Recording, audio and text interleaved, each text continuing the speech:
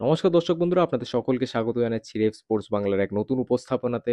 আমি সোমনাথ এবং এই মুহূর্তে আমরা একটা আপডেট পাচ্ছি মোহনবাগান ক্যাম্প থেকে, যেখানে মোহনবাগান কিন্তু একটা চিঠি লিখেছে এআইএফএফ এবং এএফসির উদ্দেশ্যে, এবং সেই চিঠির বিষয় হচ্ছে অবশ্যই আনোয়ার আলীর এই পেন্ডিং কেসটা। আপনারা জানেন যে 2024 সালের অগাস্ট মাসে মোহনবাগান থেকে ইস্ট বেঙ্গলে আনোয়ার আলীর একটা পার্মানেন্ট ট্রান্সফার হয়, একটা পার্মানেন্ট কন্ট্রাক্টে ট্রান্সফার হয়, এবং সেখানেই কিন্তু সব দ্বন্দ্বের শুরু।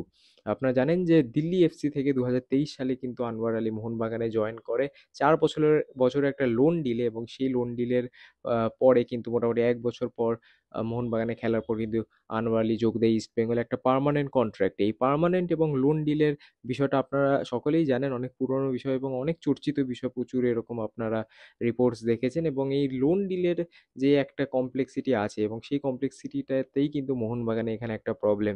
যদি জিনিসটা সহজভাবে বোঝাই, তাহলে আপনারা জানেন যে মোহনবাগান থেকে কিন্তু আনোয়ার আলী ইস্টবেঙ্গল এসেছিল একটা পার্মানেন্ট ডিলে, একটা পার্মানেন্ট কন্ট্রাক্ট। সেটা কোনো লোন ডিল না, যেটা যখন তখন খুশি ভাঙা যায় এরকম না। এটা একটা পার্মানেন্ট কন্ট্রাক্ট ছিল, এবং লোন ডিল আপনারা জানেন যে কীরকমভাবে ওয়ার্ক করে। কিন্তু ফিফার এখানে একটা কিন্তু নিয়ম ছিল, 2023 সালে সেই নিয়মটা ফিফা লাগু করে যে লোন ডিল কিন্তু ম্যাক্সিমাম 1 বছর আহ, তার ভ্যালিডেশন বা তার যতটা আয়ু সেটা কিন্তু 1 বছর হয়, এবং তার পরপর কিন্তু সেটাকে রিনিউ করা যেতে পারে একটা লোন ডিল, মানে অর্থাৎ 4 বছর টানা লোন ডিল এরকম হতে পারে না।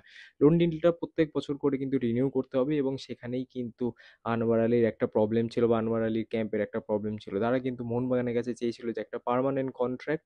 সেখানে কিন্তু মোহনবাগান রাজি না হওয়ায় এখানে ইস্টবেঙ্গল একটা অপরচুনিটি দেখে, ওই জন্য অ্যান্ড আনোয়ার আলীকে কিন্তু একটা 5 বছরের কন্ট্রাক্ট দিয়ে ইস্টবেঙ্গল আনোয়ার আলীকে বলতে পারেন যে সাইন করায়।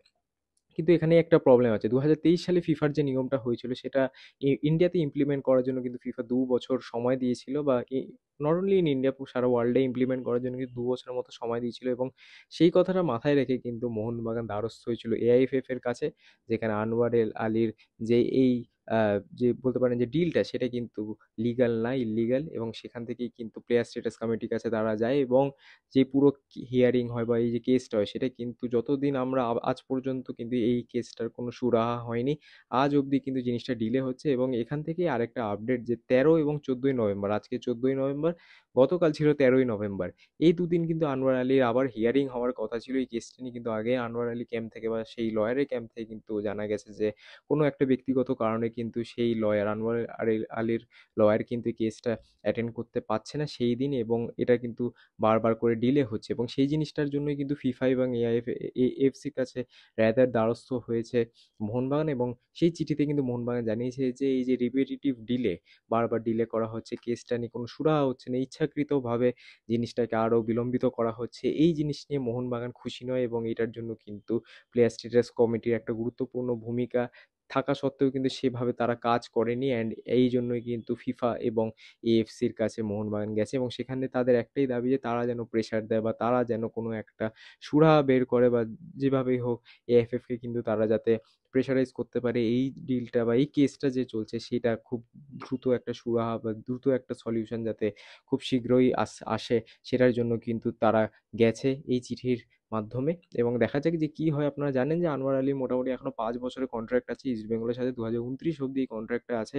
আপাতত তিনি ইন্ডিয়ার হয়ে খেলছেন, ইস্ট বেঙ্গলের হয়ে খেলছেন। আপাতত তিনি আছেন ব্যাঙ্গালোরে, ইন্ডিয়ার ক্যাম্পে, এবং সেখানেই কিন্তু বলতে পারেন যে আনোয়ার আলী এখন কারেন্টলি খেলছে। কিন্তু এই কেসটা যদি সমাধান হয় তাহলে কি কি হতে পারে সেটা অবশ্যই অনেক জটিল বিষয়, অত জটিল বিষয় আমরা যাবো না। কিন্তু আপাতত এটাই আপডেট যে আনোয়ার আলীর এই কেসটার জন্য কিন্তু মোহনবাগান আলটিমেটলি ফিফার কাছে অ্যাপিল করেছে, এবং সেখান থেকে কি এএফএফ উপরে আলাদা করে প্রেশার ক্রিয়েট করতে পারবে মোহনবাগান, বা মোহনবাগানের এই ক্যাম্প, নাকি আনোয়ার আলী কন্টিনিউ ইস্ট বেঙ্গলে খেলবে যেরকমটা খেলে যাচ্ছে। এবং এই হিয়ারিংটা কত দূর যাবে সেটাকে কিন্তু সেটা আমরা কেউই জানি না, এটা সুরাহা কবে হবে।